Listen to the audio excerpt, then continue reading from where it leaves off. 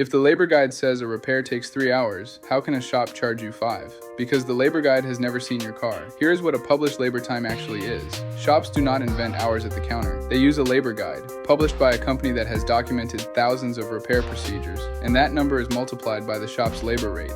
Factory guides are written for a technician trained on one specific brand, with that brand's tools, on a vehicle still under warranty. Independent guides are written for a technician in a normal shop, on a vehicle long past warranty, with the tools a normal shop owns. Either way, that number is printed in advance for every vehicle of that year, make, and model in the country. It has to be written before anyone has looked at yours. So it describes an average car. One of the largest publishers has described its standard as an average technician, with average experience, average equipment, and average motivation, on an average vehicle, in an average shop, in average conditions. That word average is the entire lesson. And the publishers are open about what they leave out on purpose. Their times do not include freeing parts frozen by rust or corrosion. They do not include broken bolts and studs. They do not include cleaning up the mess a failed part leaves behind. And unless the guide says otherwise, they do not include diagnosis. The first reaction to that is usually that something is being hidden.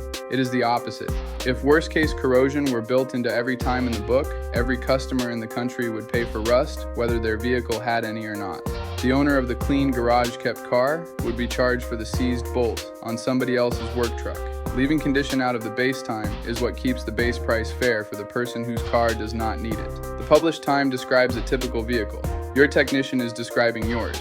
Ask anyone who has replaced a rear wheel bearing on a Subaru that has been through 10 winters. On a clean car, the published time may be fair. On that one, the bolts do not want to move, the hub is bonded to the knuckle by corrosion, and sometimes the knuckle has to come off the vehicle entirely to finish the job. That is not padding. That is the car. There is another reason two shops can quote different hours and both be telling you the truth. Sometimes more than one approved procedure exists for the same repair, and the guide publishes a time for each. There is a Chevrolet Trailblazer engine, where the same cylinder head gasket repair is listed at about 23 hours using one procedure and about 9 hours using another because a special service tool eliminates a large portion of the work. Same engine, same repair. Both numbers can be correct. The time follows the method. Now here is what almost no customer knows. When a shop quotes a repair and the job runs longer, many times the shop absorbs the difference. In shops where the technician is paid for the additional time, the shop takes that loss rather than passing it on to the customer. The customer may never hear about it. Quietly eating the cost can feel generous, but nothing gets corrected, and the same problem can happen again. So here's the standard you should hold every shop to, including mine. You should be told before the work begins if the price could change because of the condition of the vehicle.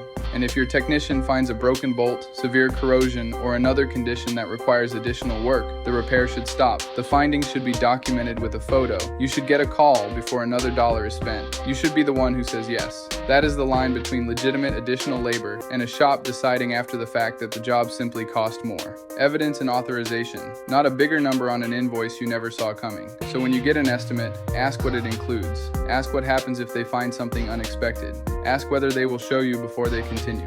The standard is not the lowest number. It is a number somebody can explain.